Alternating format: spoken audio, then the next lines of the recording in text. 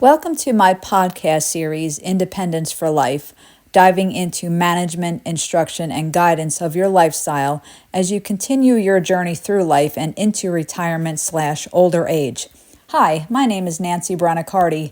I am an integrative nutrition health coach, nutritionist, certified caregiver, and fitness professional/instructor. I work independently in every capacity as described. I am the creator of Independence for Life. I am continuing my preparation of upcoming podcasts to help guide you on your journey of independence for life. So let's begin your Independence for Life journey and keep in mind your why for being here today. And being healthy is not about weight loss you may experience, but about the life you gain by being a healthy weight, which is different for everyone. In my podcast 1 and 2, I provided the basis for why I started Independence for Life and what it is.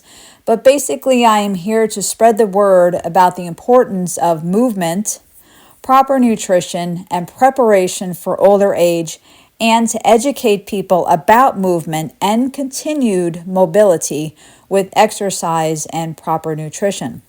Today is lesson number 10.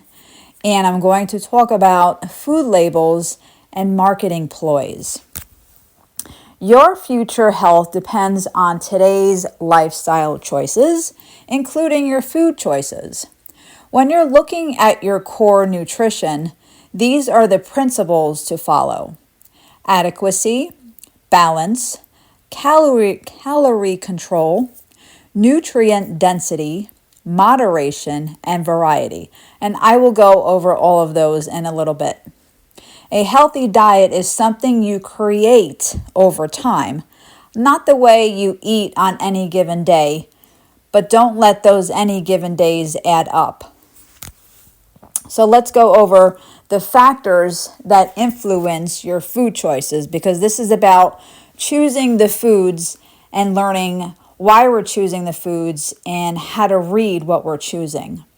So factors that influence your food choice would be taste, of course, texture, cost, convenience, and that's a big word, convenience, which generally doesn't equate to something healthy, age, your age, genetics, nutrition and health beliefs, environmental factors, which could be advertising, which is humongous, and I will be getting into that later on, religion, social, or just straight up habits. The American diet really isn't great when we look at it in the way of we like potatoes, we like dipping sauces, ketchups, lots of white bread and meat, right? So meat and potatoes kind of a thing. We definitely ingest too much sodium, solid fats, saturated fats, and sugars. We're not getting enough fruits, vegetables, low-fat dairy, and whole grains. And you know me, forever whole grains means gluten-free. Always gluten-free. I'm going to touch briefly on cancer-causing foods, and that will be another topic for a podcast another day. But just basically, because we're looking at primarily packaged foods, there are cancer-causing foods if we could avoid, or I mean, I really don't believe in deprivation, so how about moderation, right? You got your microwave popcorn. The bag lining is carcinogenic. There are canned foods, so if you're looking at a canned food, if you see where it says BPA free, make that your choice. Diet soda because of the aspartame. GMO, they're foreign organisms our body attacks and destroys. So if you're eating GMOs, you're really not doing yourself any favors, so go for a non-GMO. Any kind of farmed salmon because of the high concentrations of carcinogens. So when you're purchasing salmon, look for the term wild caught. Vegetable oils. It promotes premature aging and many diseases. And I'm not talking about olive oil. I'm not talking about avocado. I'm talking about all the bad vegetable oils, soybean, canola, things of that nature. And then your processed meats, which are loaded with sodium nitrites and sodium nitrates. Again, these are carcinogenic. So when we're looking at foods, if we're not looking at the packaged foods, that would be beneficial. And if we are looking at non-packaged foods, we want to eat the colors for your health. And I've said this before, and you've heard this phrase before, eat the rainbow, and it's out there for a reason. So I'm going to go over the colors and what they do for you. So when you're picking your foods, try to get a little bit of each. And I know that's hard to do seasonally, but if they're out there, grab them. Your white produce strengthens the immune system. Yellow fortifies skin elasticity. Orange, prevent inflammation. Red, improve heart and blood health. Purple, protect nervous system. And green, detoxify. That's my go-to is always green, right? Really, I feel like I can't go wrong when I'm grabbing green. And let's look at nutrients, right? So that's what we're doing when we eat food. The primary purpose is nutrients, aka essential chemicals. So your nutrients, they're any substance in food that the body can use to obtain energy, synthesize tissues, or regulate functions. Other nutrients we have are phytochemicals, substances in plants that possess health protective effects. Then another nutrient is antioxidants, which is a substance that combines with or otherwise neutralizes a free radical, thus preventing oxidative damage to cells and tissues. And our nutrients, they serve three general functions. And that's really what food is. Food is fuel. Food is a function. It's not just something that we get to do. It actually has a superior purpose.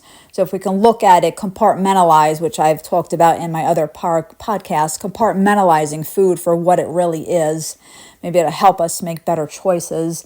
So nutrients serve three general functions. One would be energy and fuel. So you eat because you got to move.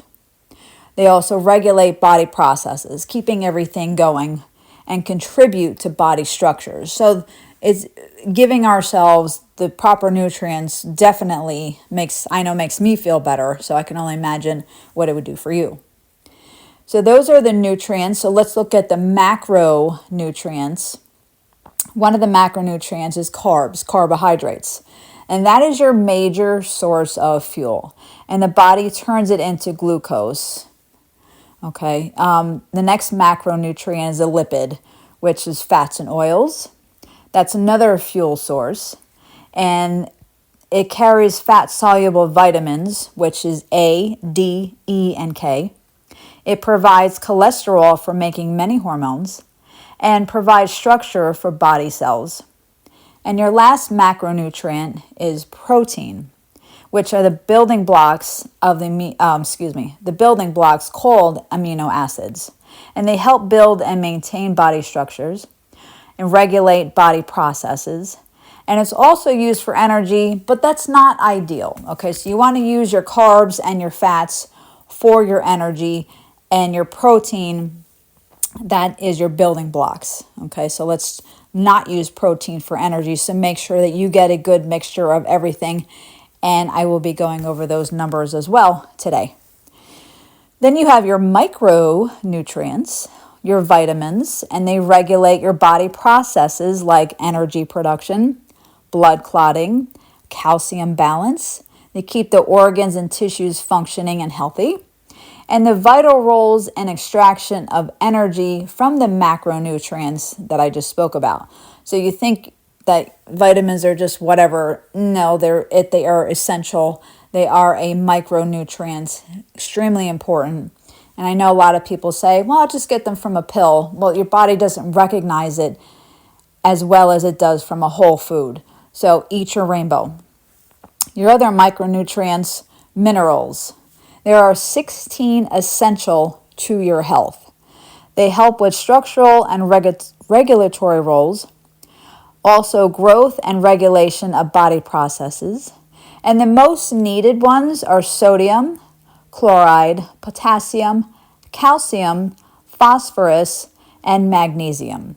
The ones in small amounts are iron, zinc, copper, manganese, molybdenum, selenium, iodine, and fluoride. And then your last nutrient that we're going to talk about briefly today is water. And it's the most essential nutrient. It does amazing things for your body. And when you thinking about, well, I'm drinking this, I'm drinking that, I'm drinking iced tea, I'm drinking soda, we need to separate that. Okay, that's not really water. When you're trying to get water as your nutrient, as your essential nutrient, it needs to be just straight water. If you do need to flavor it, I've talked about this in my other podcasts, flavor it with natural things like fruit, crushing up the fruit, squeezing the fruit like lemon or anything like that. Okay, so just plain water when we need to have water, and we need to have it every day because it helps with temperature control, lubrication of joints, and the transportation of nutrients and waste. So water plays a major role in our life. So when you need to hydrate, water is your best bet. So earlier we talked about core nutrition concepts, and I went over a list and I said I would come back to them. So I'm coming back to them. Let me go back to where I was. So earlier in my podcast today, I said when you're looking at your core nutrition, there are principles to follow, and I went over that list. So let's go over each one for your core nutrition, okay? Principles to live by. So the first one was adequacy. Food you choose to eat will provide all the essential nutrients, fiber, and energy in a and energy in an amount significant for good health. So adequacy, making sure you're getting enough nutrients from food. Balance, that's the other one. The food groups, we want to get a good balance of the food groups. Grains, right, gluten-free, vegetables, fruits, the good oils, dairy, meat, and beans.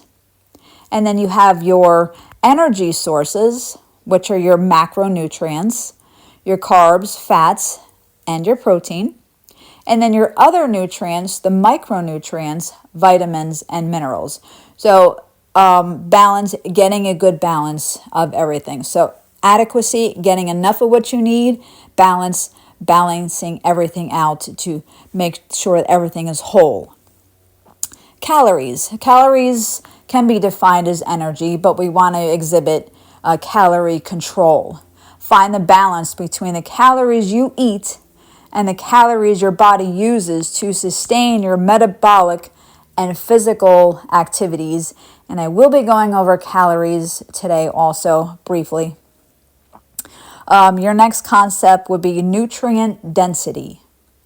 The food you choose, make sure it provides a high concentration of essential vitamins, minerals, fiber, and lean protein. So what is a lean protein? Like fish, chicken, turkey. Red meat does fall into this category. Just pick a leaner portion, okay? And also same for pork, okay? So all the lean proteins. Moderation. You'll hear me often say, I don't believe in deprivation, I believe in moderation. So a core concept would be moderation. So don't restrict yourself or completely eliminate something, because there is the mindset that all types of food can fit into a healthy diet. Okay, so not just any diet, all types of food. And I know that sounds funny, but that really is a for real thing, because there's healthy food and then there's junk food, there's bad food, and it's just it's mind-boggling to me that we would even put something in front of the word food that isn't something positive, right? So we say bad food, we say junk food. So that's what I mean by all types of food, okay? But it has to fit into a healthy diet, right? So we're not just eating junk all the time and say, oh, I'm having all this in moderation, if that's your actual diet. If you're eating the best that you can and then you have something that's not so healthy in moderation, I think it's okay to feel okay about it, but make sure that we're getting movement as well to counteract. And then your last core concept is variety. Okay, diet planning principles. We want to get some variety. So we want to include lots of different goods from each group, trying to get a broad mix of vitamins, minerals, and phytochemicals, aka plants. So eat the rainbow, get that balance in there from your grains, vegetables, fruits, oil, dairy, meat, beans. Get a good variety of all of that. And food, in my mind, is an experiment. Try everything. How do you know? Unless you try. And make a list. Say, I've tried these things. I don't like these things. Have another list. I tried all these things. I love these things. And keep trying different things. Experiment with cooking, which I should do a podcast about cooking because it's not that scary. It's not that hard. Foods and food components to reduce. Again, elimination, I don't think that's realistic. I don't think that's sustainable. So reduce, yes, sodium. So what I use is a no salt if I feel I need a little bit. I don't abuse salt. Okay, I used to, but I don't anymore. So there are alternatives to a lot of the things out there anymore. So to reduce sodium, solid fats, added sugar, refined grains, all of these things contribute to cardiovascular disease, diabetes, and certain types of cancers. And there are things to increase. So let's look at the flip side. That would be vegetables, fruit, gluten-free whole grains, low-fat or fat-free milk, milk products, oils, olive oil, avocado, walnut, sesame seed, and your lean proteins. I did say we were going to talk about calories. So I don't count calories. Let me back up for a second. Back in 2008, I lost 50 pounds and I have not seen them since. I let them go. They walked away from me. I said, adios. Okay. And since that time, and really, I never have counted calories because I think that term, it's not really relevant anymore because of what's happening with our food. So hear me out on the calorie.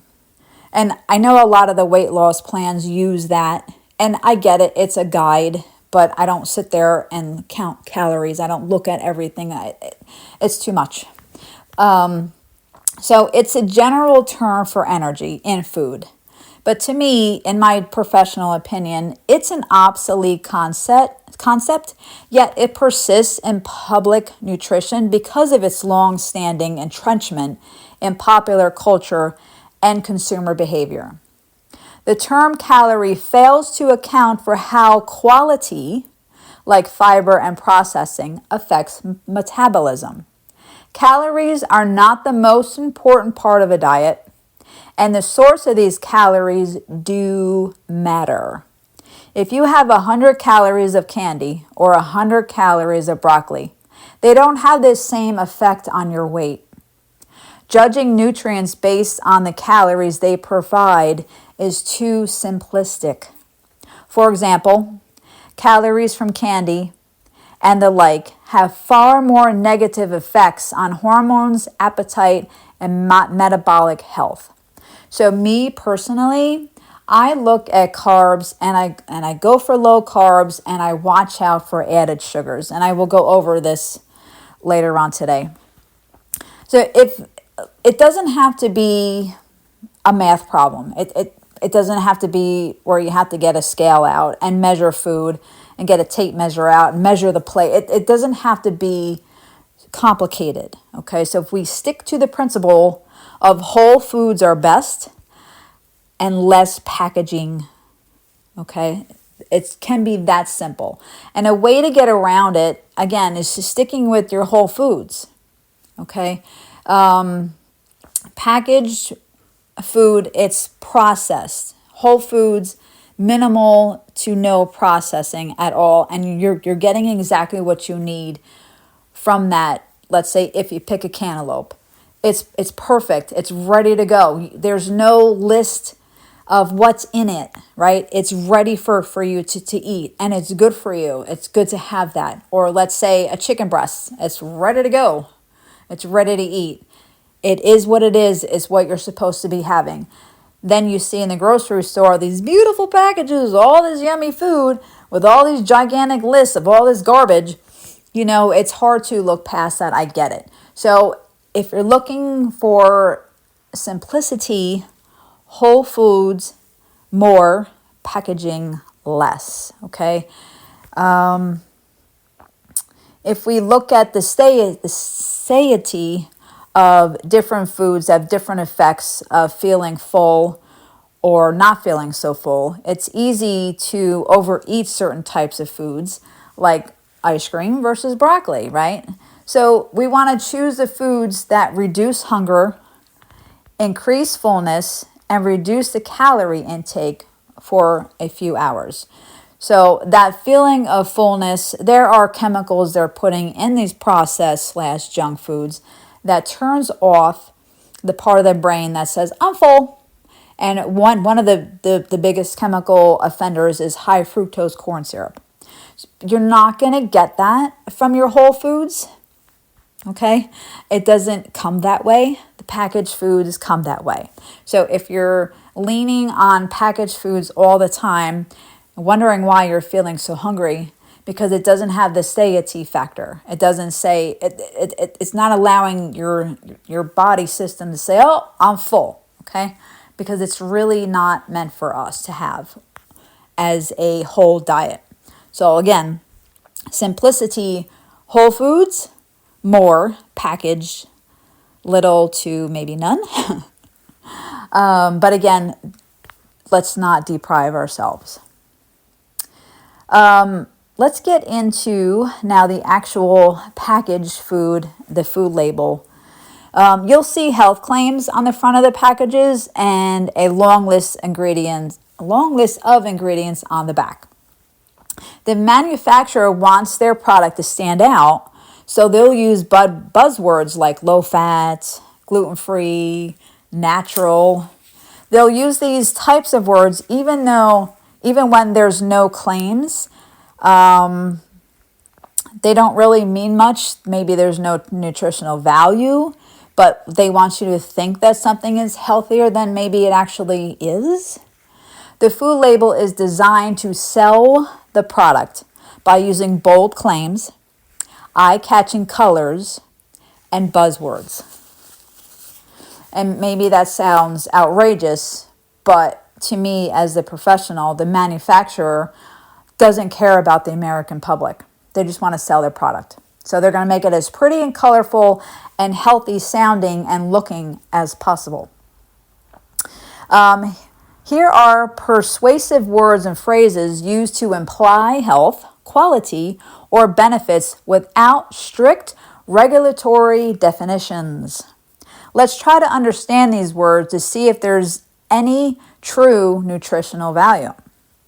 So your first one is natural, right? Oh, it's all natural. Well, that's not a regulated term, which allows for a broad usage and doesn't guarantee anything about the product's health value.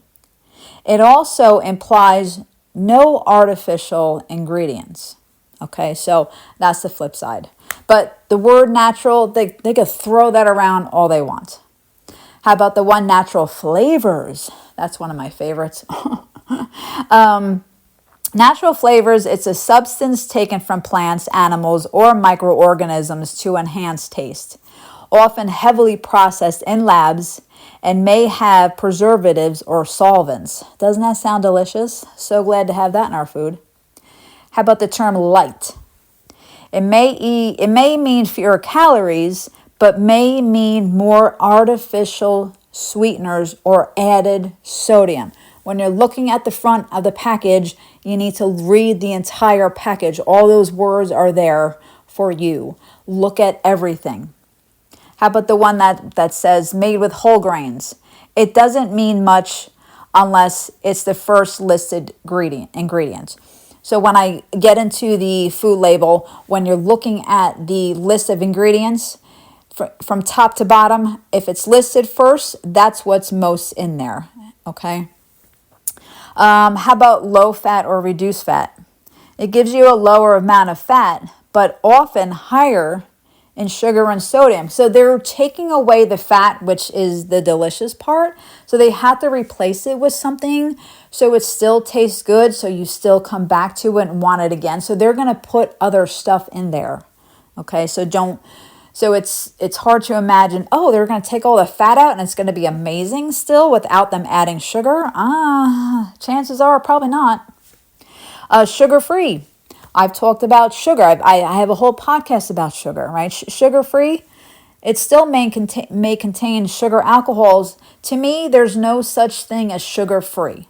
It may mean cane sugar-free. Okay, I get that. But there's some type of sugar, and when they say that, most of the time, it's chemicals. Gluten-free. I am gluten-free. I've been gluten-free for 12 years now. I have non-celiac gluten sensitivity. So when something says gluten-free, that's really for the people who have that problem. And most people have a problem with gluten and they just don't know it. So when something says gluten-free on a cookie package, a cookie is still a cookie. Okay, when you're buying processed foods, a cookie is still a cookie. So gluten-free doesn't mean it's a healthy product. It's healthier for people who have that issue. But the strains of grain in our country are really bad. So this is why I always advocate for gluten-free. So yes, to me, gluten-free is the healthier option. But when you're looking at a processed cookie, it is still a cookie. I bake my own cookies at home using garbanzo bean flour. So I reap some benefits because I still want cookies too. I'm a human being. But just know, just because it says gluten-free, it doesn't mean it's the best choice. And what they also do with the gluten-free label is they can make the prices higher. Okay? Because that's another marketing ploy. Even though the product may naturally be gluten-free, they're just going to slap that gluten-free label on there so they can charge you more. Next one is keto. I don't know much about the keto diet, but these products can still be ultra processed. Again, that's another term like gluten-free. Just because it says keto doesn't mean it's your best choice. Know what you're looking at, know what you're looking for. How about the ever so popular free range or cage free? It indicates the animal welfare and often means minimal, undefined outdoor access. So we hear these terms and we're like, oh, that sounds magical. These must be the best eggs ever. Read the package further. It should tell you more information about it. Or you can research that company to find out how those animals are taken care of. How about grass-fed, right? That's popular. Grass-fed, grass-finished. I don't know if you've heard of these terms. The animals are fed grass over grains, and the standards can vary. Again, do your research on it if you're buying a particular product with that label. How about no sugar added? It informs you that no sugar was added during processing. The product may already be high in sugar though. So just because they're saying, oh, we didn't add any more sugar here, that doesn't mean that it's not sugar free. What about locally grown? There's no official definition. It's only to suggest that the food was grown nearby. It's not letting you know it's organic. It's not letting you know it's your best choice ever. So it's just letting you know it was nearby. How about the ones that promote antioxidants or probiotics? It's just highlighting specific nutrients. That's all it's doing. It's not letting you know that this is a superior product. It's letting you know. It's just giving you highlights. Okay, that's all that is. How about organic? That word is big. There are different types. There are variations of food being organic. For it to be 100% organic, it has to say certified organic. If it just says organic, it's about 70% organic. So organic, it must be government certified and indicate indicate how the ingredients are grown, but it doesn't mean that the produce is healthy. That the product is healthy. Okay, so you'll see packaged foods that say organic. Okay, well, that's great, but again, a cookie is still a cookie. Know what you're looking at, know what you're trying to find. So I'm going to repeat myself on the organic because I feel like I stumbled through that sentence. It must be government certified and indicate how the ingredients are grown, but that does not mean that the product is healthy.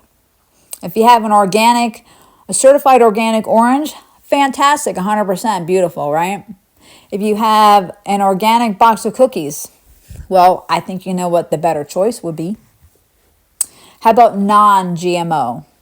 It certifies that it is not GMO, and non-GMO is organic.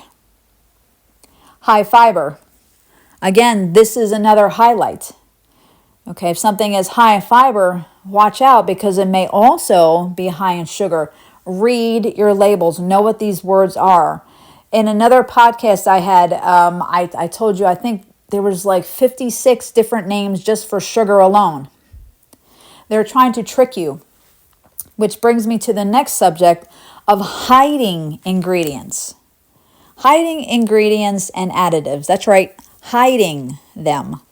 Substances often listed under complex chemical names or listed as quote-unquote flavors or colors without further clarification.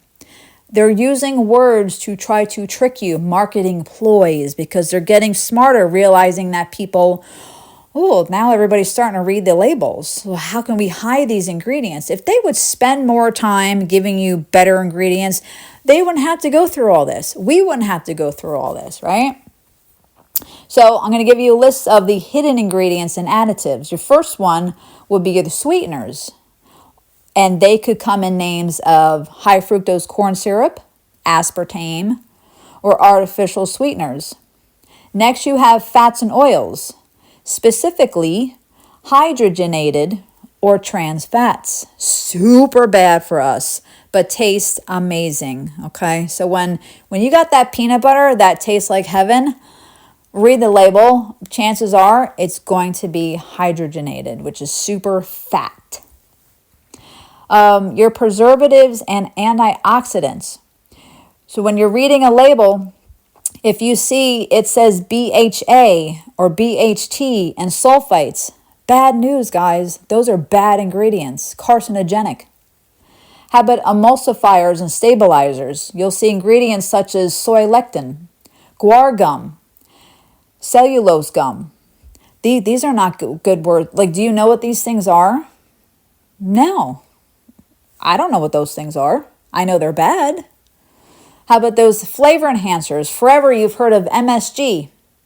They're still using it today. MSG. Colors. How about colors in your food? Artificial food dyes. All those numbers, right? Red 40, blue 2. Anytime I see those numbers, if I'm looking at a package, I immediately put it down.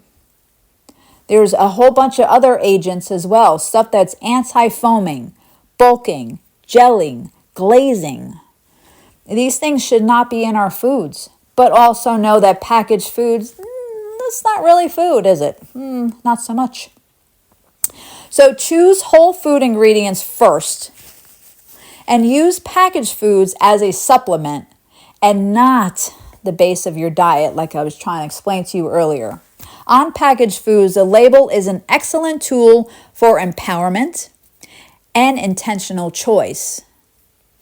Empower yourself. And that's what I'm trying to do with my podcast is giving you ammo, giving you information so you can make better choices for yourself. Being armed with information when you're out there in the world, when you have all this adversity in your face. So when I'm making a choice, I start with carbs. Then I look at sugars. Now I started looking at sodium. And I have to look at allergens because of gluten. And gluten comes in different names also. So if you think something that is just going to say there's no gluten in here, you're wrong. So everything has a different name, thousands of different names, I exaggerate, has many different names to it to hide from you. But looking at a quick reference, when you're looking at the actual food label, which I'm now going to be getting into, if you see, because on the food label, it has all those numbers on the side, percentages. So for a quick reference, if you see something as 5% or less, it's low in that particular ingredient. When you're looking at fat, sodium, and added sugars. And if it has 20% or more, it's high. So when you're looking for 20% and or more, that's really what you want to look at for your fiber, vitamins, minerals. So 5% or less, let's gear that toward fat, sodium, added sugars. 20% or more, let's gear that toward fiber, vitamins, and minerals. So each food label, it has 5 requirements. Okay, so here comes your government again. And I will forever say I don't agree with the FDA and their practices, and we can get into that another time, but just because the government says so, I don't believe it 100% necessarily right away. I like to do my research. So the government says, okay, food manufacturer, you have five requirements to put on your food label. So this is all about the government trying to tell the manufacturer what they need to tell us. But they also will look away at certain things too and let the manufacturer do certain things that are not good for us. Anyway, I'm getting away from where I want to be. Anyway, 5 requirements. A statement of identity, letting you know what that food is. The net contents by weight, volume, or measure of the package. The name and address of the manufacturer, packers, or distributor. The list of ingredients and nutrition information. So we're going to look at the list of ingredients and nutrition information today. And how to read a food label. Nutrition facts label on the back of the box, right? That back of the box. Again, oranges and chicken breasts, they don't have a back of the box, right? So let's be aware of ultra-processed ingredients like added sugars, any words ending in OSE, like fructose, sucrose, dextrose, corn syrup, brown rice syrup, my favorite person on the planet, high fructose corn syrup, agave nectar, cane juice, maple syrup, honey, even natural sugars count here. So when you're looking at a food label, you gotta know about everything, okay? You gotta look at everything. You gotta look out for the artificial colors and flavors. Like I said earlier, the hydrogenated oils, you'll see partial or full. Both of them, for me, I stay away from that wholeheartedly, okay? And I know I say moderation, but even like that in particular, even high fructose corn syrup, there's certain things I just stay away from 100%. But that's up to you to decide. You want to look, so again, going back to the food label, you want to look at something that has a shorter ingredients list. And they do make foods, and a lot of them that I notice because I'm gluten-free, when I'm looking at gluten-free packaged stuff, you'll see the list is short because even they know stuff's not right out there. So they're like, we want to attract more people because gluten-free is not a big market. It's like, how can we get more people involved? Well, a shorter list, better ingredients. Serving information. So serving is for the entire package, and the size of each serving is listed there too. But that doesn't mean you have to eat the actual serving size. It's just a suggestion. And based on that serving size is how they calculate all those percentages. Okay, so it doesn't mean you have to have that full entire serving. Start small. Just like I've talked about in the past with your dinner plate. Do you have to have a regular size plate? Start with a small plate. Go from there. Calories. Calories are listed on this label. It's the amount of energy you get from one serving. And here's another quick rule for calories. If you see the number 40, or it's just a quick rule, 40 is low, 100 is moderate, and 400 or more is high. The percentage of daily value. And here's more of those quick rules. Like I said earlier, 5% or less is low, 20% or more is high. So it depends on what you're looking for. The amount of a nutrient contributes to your total daily diet based on a 2,000 calorie a day diet. So again, the word calorie, take it as you want. I've explained how I feel about the word calorie. It's obsolete. However, if you're following that specific diet plan, then it will be useful for you. You may need less or more depending on your age, your gender, activity level, or whether or not you're trying to gain, maintain, or lose weight. So again, some diets, that's what they look at. I think maybe that's how Weight Watchers does. I'm not even sure, so I shouldn't even say that. But there are diets that are calorie-based, and I don't believe in calories. Next on your on the label on the back, your list of ingredients, it's going to be a total fat, right? And I did tell you earlier that I would let you know the percentages of your macronutrients that that's a guideline, okay? I don't like to say should. I like to say these are guidelines, and everybody's different. Bio-individuality, you got to find what works for you, and I can help you find that out. So your total fat, the guideline is 20 to 35% of total daily calories per day. So here you go back to, well, now I got to do math. But I told you earlier, keep it simple, whole foods, more packaged, less. The amount of saturated, which is bad, and unsaturated, which is good, fat, that is in one serving. Okay, so avoid products with full or partially hydrogenated oils because those are trans fats. Even if the label says there are 0 trans fats, there still could be because of the FDA. It gives you that, how do you say, loophole, right? So even if the label says 0 grams of trans fats, it can contain 0.5 grams for them to say that there are none per serving, mind you. Okay, so even if here's more hidden ingredients, right? If there's less than this number of this actual fat per serving, you don't have to tell them about it. Well, some people are sensitive to that, or they just don't want it in their life, period. So how dare they? They should be transparent in everything that they put in the food. So pay attention to each one, saturated and unsaturated fat, as opposed to the total fats, because not all fats are bad. Okay, so they list it out specifically. So your saturated are bad, unsaturated are good fats. So look at them individually. Next, you have cholesterol and sodium. So when you're looking at those numbers, choose lower options, especially if you have blood pressure issues. Let's limit these things. I had to do that, especially with sodium.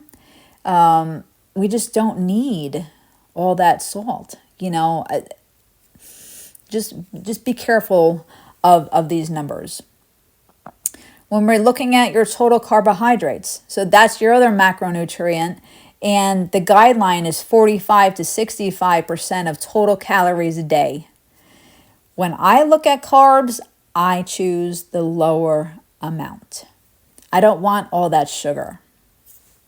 There are simple carbs, which is sugar. There are complex carbs, which are your fruits and vegetables.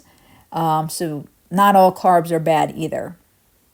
So listed under total carbs is your dietary fiber, and the guideline for that is 25 to 40 grams. Then underneath that, there's total sugars. I even think 12 teaspoons or less per day is a lot. I think the average American gets about double that a day. So 12 teaspoons, if you were to take 12 teaspoons and put them on a counter and put sugar on each one, and look at that, that's a lot. So low numbers here. How about your added sugars? The guideline is less than 10%. Again, low numbers here. Total sugars and added sugars. The amount of sugar that is in a product naturally and how much is added. These should be minimized. Look for lower amounts. Pay attention to each one as opposed to the total.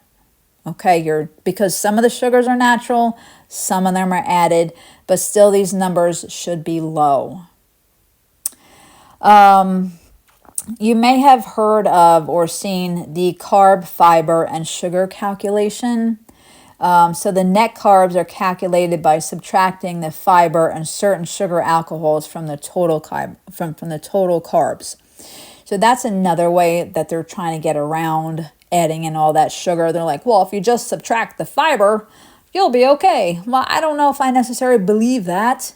Just keeping your numbers low on the packaged foods, depending on what you're looking for, right? So 5% or less for your sugars and salts, stuff like that. 20% or more for your fiber, your vitamins, minerals. Okay, so low bad, high good, right? That's a simple way to look at things. You don't have to bust out your calculator.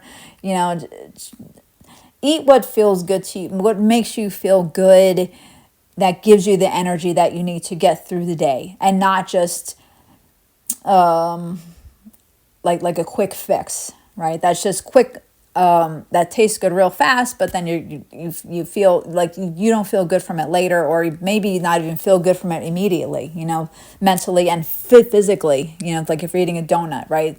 Like your donut is so good, but then you're like, oh, I should not have had that, right? And I'm not saying don't have the donut. Perhaps have your whole foods and then have the donut, right? And I've talked about that too, not having straight sugar on an empty stomach. Okay, because doing that will help you to eat less of that sugar and not introduce sugar into your bloodstream immediately and have bad effects. Okay, so trying to combat that. So having dessert after you've had your whole foods and not having the full serving of the dessert either. Next on your list, the nutrient label, they provide you with protein. So protein is very important, especially if you're very active. And a guideline would be 46 grams for women, 56 grams for men, and this is a day. And this can be a complicated macronutrient. And some people get into calculations depending on your weight, depending on if you're muscle building, depending on how active you are. But again, guidelines are there. Whole foods are best. It's simple. You don't have to calculate anything. You don't have to weigh anything. You don't have to worry about anything. Whole foods, whole foods.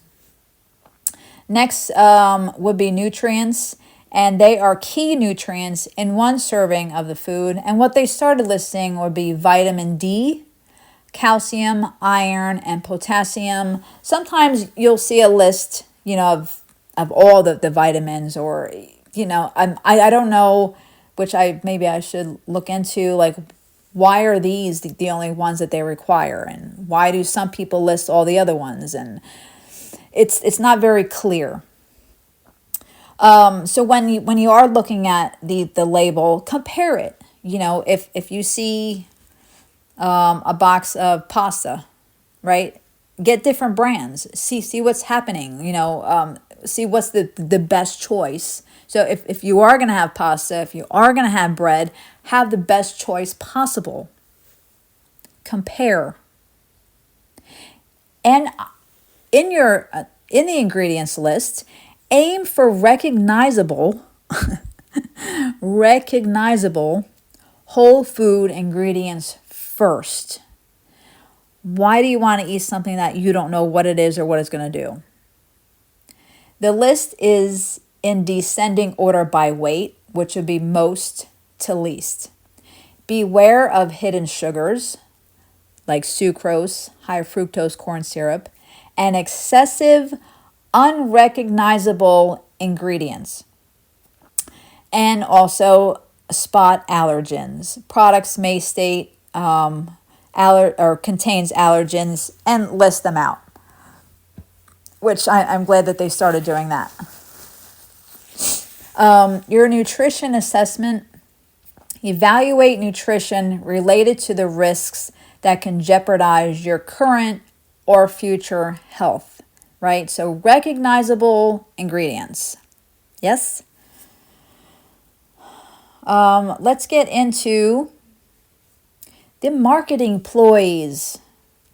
So let's look beyond the marketing claims, like the terms light or reduce fat. They can be misleading.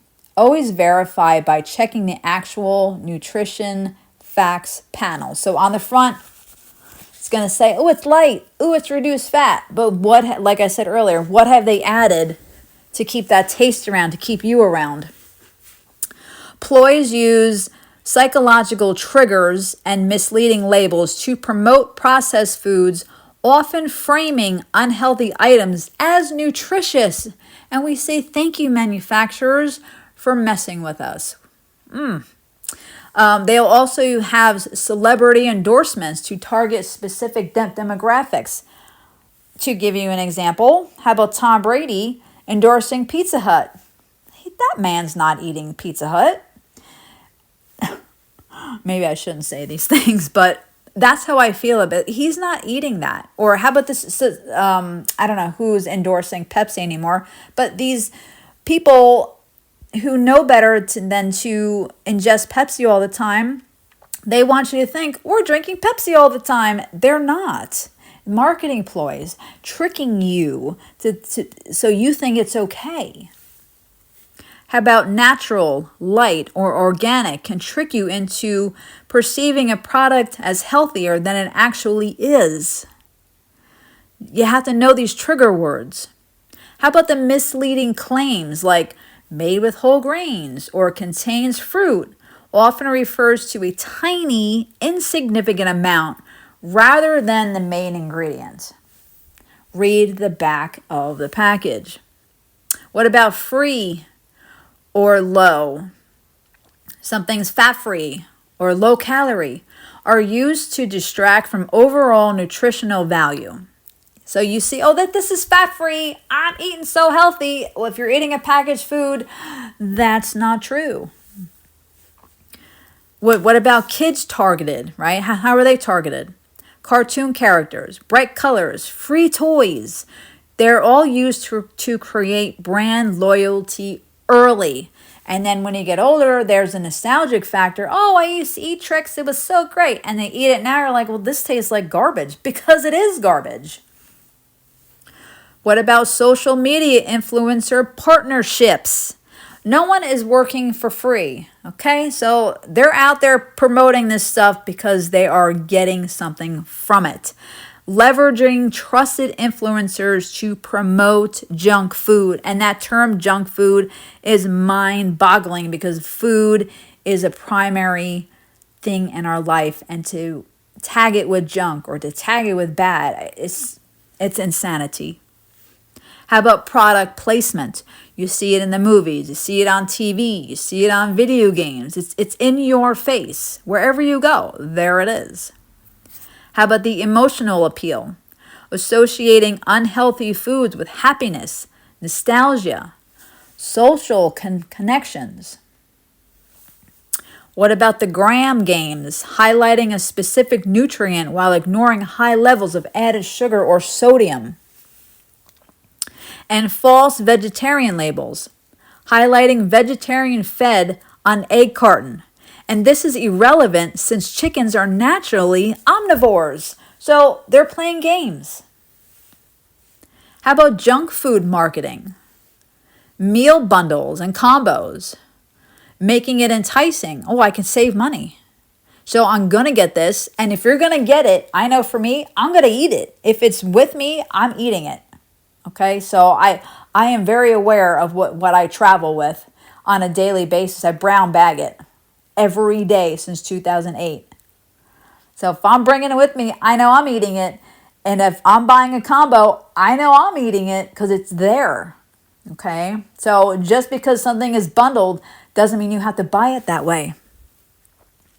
Kids menus and collectible toys and games. They know exactly what they're doing. How about the QR codes, ordering to streamline the ordering process and enhance convenience? And there's that word again, convenience. Convenience does not equal good in the food world. Sorry to say, but it does not. Branded mobile apps enables fast food chains to offer online ordering and delivery service. Quick, quick, quick, right? That's what we want, convenience, quick. Yep. How many people cook?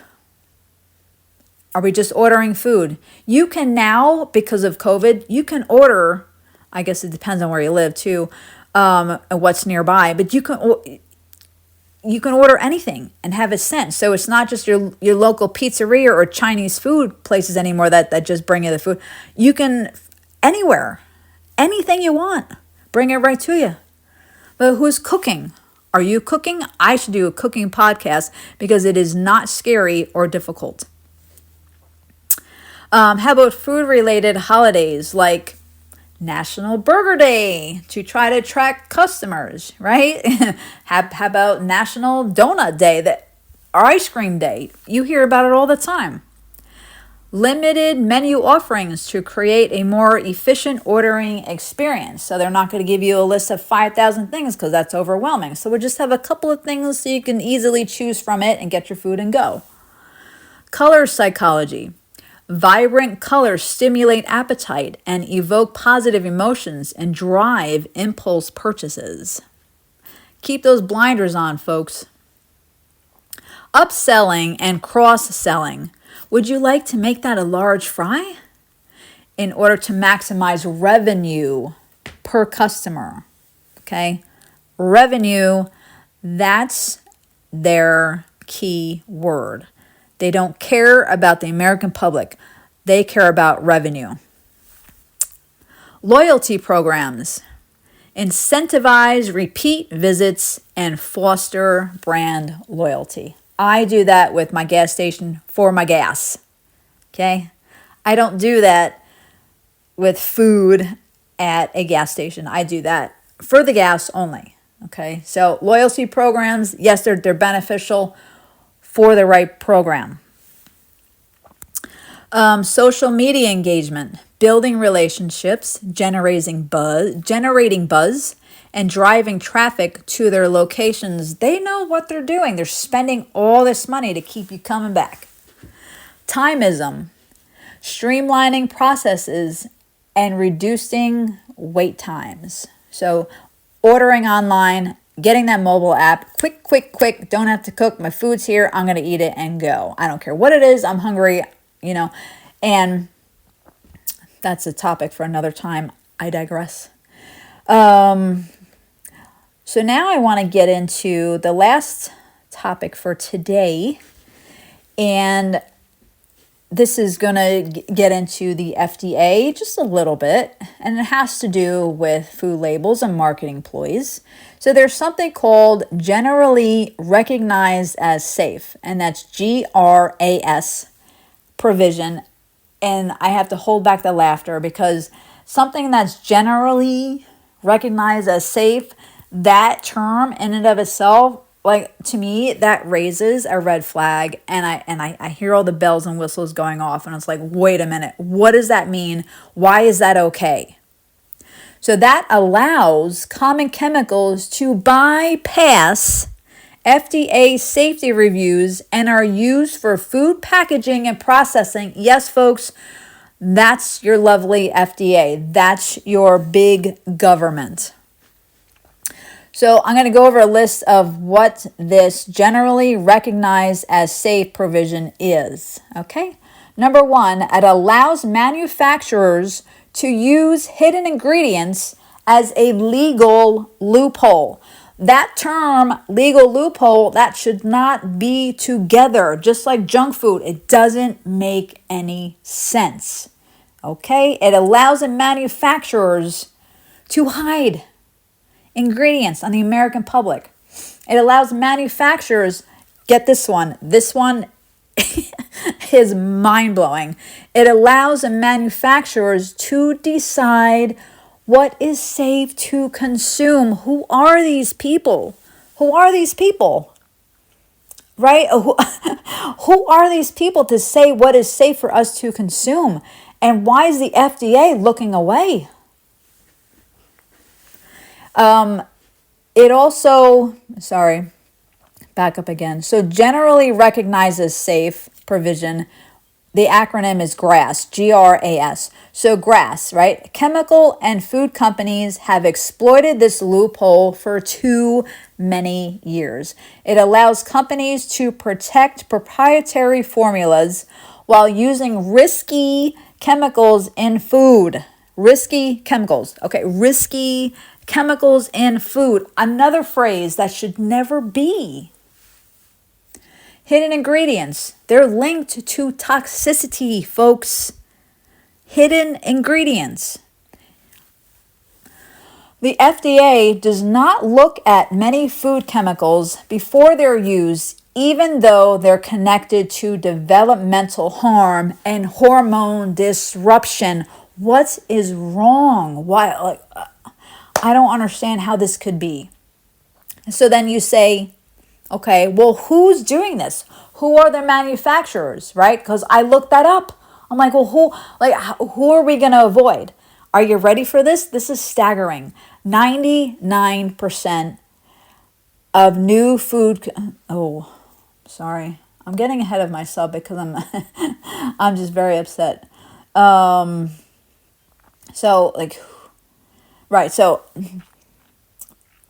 Which companies are using these ingredients? Okay, so nearly, and I looked this up many different ways, many different websites, and what I read about, and everybody said the same thing, that nearly all mainstream food manufacturers, all of them, nearly all of them, mainstream food manufacturers, okay, that produce processed foods, snacks, cereals, beverages, desserts, nearly all of them.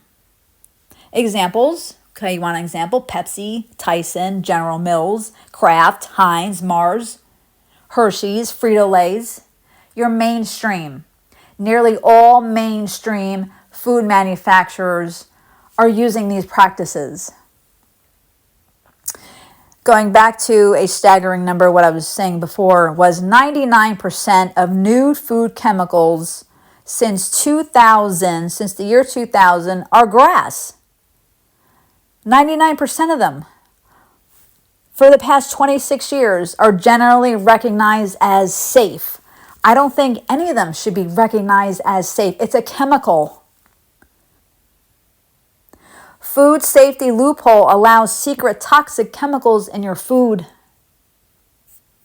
I'm going to give you a list of the worst offenders to avoid. So I know I talk about deprivation and moderation, but these are super bad. Okay, so worst offenders to avoid. You have potassium bromate. It's carcinogenic, and it's added to flour and packaged baked goods. Your next one is propylparaben. It is harmful. It's a preservative in pastries. BHA, carcinogenic, preservative in cured meats. BHT, carcinogenic, preservatives in cereals. Titanium dioxide, harmful, it's an additive in candy. 7 artificial dyes, they are synthetic. You will see red 3 and 40, yellow 5 and 6, blue 1 and 2, green 3. They are in many foods and beverages, and they have developmental and behavioral difficulties in people. And who are ingesting most of these colorful things? Children. Aspartame. Aspartame is the devil, folks. It is super harmful. It is an artificial sweetener. There's another one, ADA, carcinogenic. The bleaching agent in bread and pastries. Excuse me, what is a bleaching agent? Why is that in our food? Another one, propyl gallate, carcinogenic, preservative in meat products and gum. Sodium benzoate, carcinogenic, preservative in drinks, salad dressings, fermented foods. Every container of pickles at the store has that. I can't buy pickles. How upset. I love pickles. For fermented food, it's so good for our gut, yet they're putting in carcinogenic ingredients. The next one, BVO, brominated vegetable oil. Harmful and toxic. You'll find that in your sodas and fruit drinks. And the last one on my list is sodium nitrate, carcinogenic in processed foods. You'll find that mostly in meat, deli items, things like that, So that's just the worst offenders. That's just a small list of worst offenders. 99% of the food chemicals for the past 26 years are generally recognized as safe according to the FDA and the food manufacturers. And the food manufacturers are deciding what is safe for you to eat. And the companies that are using these ingredients, nearly all mainstream food manufacturers, nearly all. How scary is that? Thank you for listening today. My name is Nancy Brunicardi, Independence for Life. If you would like to reach out to me for questions, comments, concerns, or future podcast ideas, my email address is IND, the number 4, LIFELLC @gmail.com. My next podcast, number 11, coming up, I'm going to talk about salt. Thank you for being here today and for giving yourself all that self-love and caring about yourself. See you next time.